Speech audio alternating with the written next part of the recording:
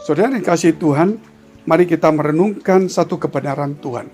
Yaitu ketika Yesus datang ke dunia ini, maka yang dikatakan yaitu bertobatlah, sebab kerajaan surga sudah dekat.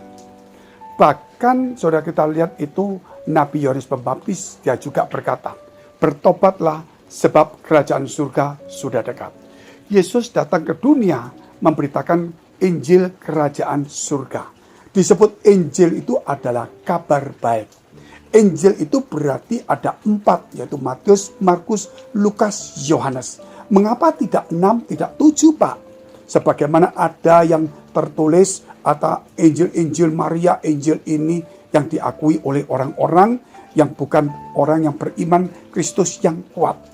Saudara, sebagaimana kalau kita melihat di surga, itu takhta Tuhan dijaga oleh 4 makhluk tetapi yang menjadi satu. Dengan masing-masing makhluk punya 6 sayap dan tubuhnya penuh dengan mata dan mereka terikat menjadi satu kesatuan. Ada yang berkepala, saudara, kepala itu manusia. Ada yang juga berkepala raja wali. Ada juga berkepala singa dan ada berkepala juga lembu. Itu menunjukkan, saudara, bahwa yang menopang takhta itu, yang menjaga itu 4 makhluk menjadi satu. Dan ketika Yesus turun ke dunia, makhluk itu tidak turun tetapi tetap di takhta. Tetapi Yesus datang ke dunia ini, maka 4 Injil itulah yang mewakili. Walaupun yang berbeda, walaupun tidak bertentangan, tetapi berbeda bentuknya, namun menjadi satu kesatuan. Dan dikatakan Injil kerajaan surga, berarti bicara kerajaan surga itu bahwa di surga itu ada kerajaan dan Yesus sebagai raja. Raja berarti, saudara, apa itu raja? Yaitu Yesus adalah raja damai. Sebagaimana yang tertulis dalam kitab Yesaya pasal 9 ayat 5 dan 6. Bahwa seorang anak telah lahir, seorang putra telah diberikan kepada kita. Lambang pemerintahan ada di atas baunya. Dan namanya disebutkan penasihat ajaib, Allah yang perkasa, Bapa yang kekal, Raja damai. Besar kekuasaannya, tidak terhingga. Kita kembali lagi, Yesus adalah Raja damai. Bukan raja yang bengis, itulah kerajaan surga. Sebab itu gereja perlu, saudara, bukan kebengisan, tetapi kita perlu untuk hidup damai di gereja itu. Kalau gereja itu kita hidup di dalam damai, berarti Yesus telah kita rajakan di gereja kita. Tapi kalau gereja selalu ada perbedaan pendapat, kemudian pertentangan, perkelahian, perpecahan, berarti Yesus tidak menjadi raja damai, berarti saudara merajakan yang bukan Yesus. Nah, kalau saudara mau merajakan Yesus, harus ada kedamaian dalam gereja. Walaupun berbeda pendapat, namun kita tetap menjadi satu kesatuan. Tubuh ini berbeda, tetapi tetap satu, saudara. Jiwa, tubuh, dan roh berbeda, tetap satu. Sebab itu jangan lagi saudara kita berbeda, karena satu Tuhan kita, Yesus Kristus, satu Allah kita, Bapa kita. Dan itulah perlu, saudara, kita harus pegang itu. Bukan hanya itu, kalau kita melihat bahwa di dalam kehidupan kita yang sehari-hari seperti Injil Kerajaan Surga, bukan hanya merajakan Yesus sebagai Raja damai saja, tetapi apakah kita bisa menciptakan perdamaian itu? Marilah selama kita bisa membuat damai, dan itu tergantung dari kita, hiduplah berdamai satu dengan yang lain. Artinya berjiwa besar dan mengampuni sesama kita, melupakan kesalahannya, dan tetap di dalam damai itu sendiri. Haleluya, saudara. Dan ingat, damai itu, saudara, akan membawa dampak yang luar biasa. Firman Tuhan dikatakan dalam Matius pasal 5, berbahagialah orang yang membawa damai, karena dia akan memiliki, saudara, bumi ini.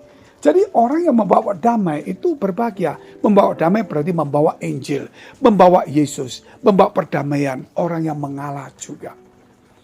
Bahkan dikatakan, saudara, dalam Mazmur 133, dikatakan alangkah indahnya, saudara, dan baiknya jikalau saudara-saudara duduk rukun bersama-sama. Seperti, saudara, kalau kita dikatakan firman itu seperti urapan yang dari kepala Harun turun ke leher jubahnya sampai kepada jubah dan semuanya. Dan disitulah Tuhan memerintahkan berkat-Nya. Jadi kalau kita rukun, kita damai, gereja kita tidak mengejar berkat, tetapi berkat akan mengejar kita. Tetapi kalau gereja kita mengatakan berkat, minta berkat, bicara berkat, uang, saudara, itu berarti kita tidak menciptakan damai. Karena kita yang mengejar berkat. Tetapi kalau gereja mengajarkan damai, saudara, kita nggak perlu mengejar berkat. Karena berkat mengajar kita. Itulah satu kebenaran firman yang tidak bisa terbantahkan. Sebab itu saudara sebagai orang percaya. Kalau hidup kita, kenapa ya? Kok aku mengejar berkat menjadi budak dan pekerjaanku? Menjadi susah hidupnya. Berarti saudara tidak pernah mengejar damai. Berdamai dengan istrimu, suamimu, orang tuamu, menantumu, ya, dengan anakmu, berdamai dengan dirimu sendiri. Terima apa adanya. Dan berdamai dengan musuhmu, terutama dengan gereja, dengan pemimpinmu, dengan bawahanmu, dengan sesamamu. Itulah, dimanapun kita pergi, ayo bawa damai. Sehingga seseorang yang mengatakan sesuatu yang jelek, jangan disampaikan dengan jeleknya itu. Simpan. Seseorang berkata baik, kita boleh katakan yang baik. Tetapi kerap kali kalau kita melihat orang kalau berbicara tentang baik, jarang disampaikan. Tetapi kalau orang bicara buruk, ditambah-tambahi dan cepat menyebar luas. Contoh, kalau di gereja, contoh juga yang terjadi sebagaimana Tuhan diperhadapkan seorang perempuan berzina. Wah, beritanya gempar. Sampai para imam semua orang itu membawa perempuan berzina itu kepada Tuhan.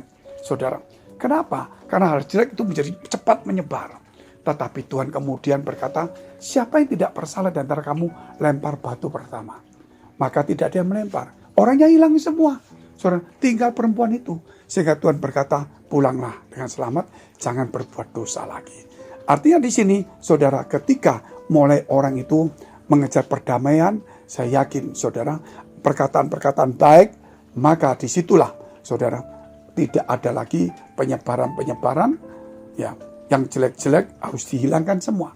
Yang ada adalah pengampunan, yang adalah ada menerima apa adanya orang, dan kita mengampuni orang, dan kita membuat dia supaya tidak berdosa lagi. Artinya hidup dalam kebenaran. Itulah gereja sesungguhnya. Dan gereja itu dimulai dengan dirimu. Itulah kerajaan Allah. Injil kerajaan Allah. Haleluya. Mari kita berdoa. Jika saudara dalam pergumulan, masalah persoalan tantangan, pekerjaan, studi, karir, keuangan, keluarga, bahkan perjodohan, dekapkan kedua tanganmu di dadamu. Karena bagi Tuhan tidak ada yang mustahil. Demikian juga engkau yang sakit, tumpangkan tangan bagian sakit.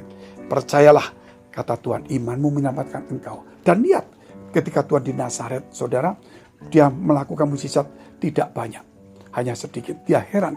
Kenapa? Karena mereka tidak punya iman. Jadi iman, saudara, bukan ditentukan oleh orang itu. Tetapi kita dapat itu ditentukan oleh iman kita. Sehingga mari bangun imanmu melalui Injil kerajaan surga ini. Dan kau yang sakit, tumpangkan tangan bagian sakit. Dan percaya, jadilah sembuh. Di dalam nama Tuhan jadilah sembuh. Biar hari ini Tuhan memberkati, memakai engkau, mengurapi, menguduskan, dan membuka jalan dalam nama Tuhan Yesus. Haleluya, amin. Jika saudara masih membutuhkan pelayanan doa dan konseling, silakan hubungi nomor tertera di bawah ini. Tuhan Yesus memberkati.